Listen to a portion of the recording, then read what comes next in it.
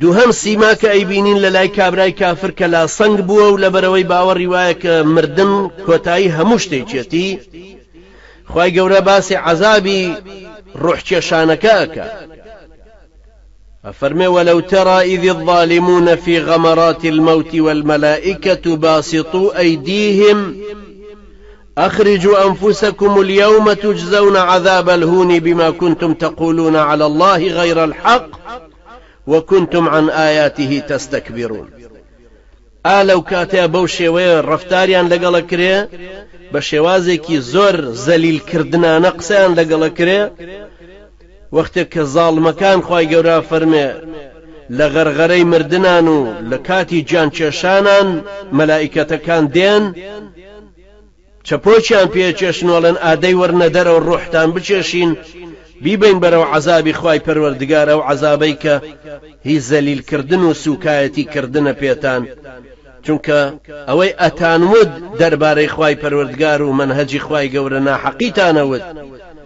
وكنتم عن آياته تستكبرون خوتان زور بگەورە ئەزانی کە شریعەتی خوا وەرگرن خوتان زور بگەورە ئەزانی کە ڕێبازی ئەم دینە وەرگرن وەختێک یەکێک پێوتن دیندار بن ڕوو لە خواکەن گاڵتەتان بە عەقڵێ هات دەوەرن ئێوە ژوەرە ئەو ڕوحە پیسەتان بابێ ڕای کێشین بۆ ناو ئەو جەهەنەمە کە خوای پەروەردگار فەرمانی پێکردووە خوای گەورە فەرمێ أم حسب الذين اجترحوا السيئات أن نجعلهم كالذين آمنوا وعملوا الصالحات سواء محياهم ومماتهم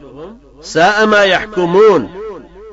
أو كسانيك هر خريج خرافكاريون ناپسندي بون شما إما أوانا وكو أو كسانا ليكن كإيمانيان هناو كردوي چاكيان بوا جيانو مردنيان قوايا وكو يكبل لاي إما ساء ما يحكمون چ دیدێکی ناپەسەندە چ لێڵە چ هەڵوێستێکی لاسەنگە ئەمانە کە حکمی پێکە ئەوەش یەکێکی ترە لەو عقدەیەی کە لە دڵ و دەرونی ئەو کەسانەیە دروستە بێت کە ترسیان لە مردن هەیە لەبەرەوەی بە چاوێکی مادیەوە تەماشای ژیانیان کردن بەڵام کابرای مسلمان دڵی بەوە خۆشە کە زەخیرەی قیامەتی زۆردانە دڵی بەوە خۆشە لانی کەم ڕەحمەتی خوای پەروەردگاری بۆ هەیە بەڵام لە هەمان کاتیشە ئەوە نییە کە اعتیمادی کردبێتە سەر ئەو شتانە هەر چاوەڕوانی ڕەحمەتی خوای پەروەردگارەکە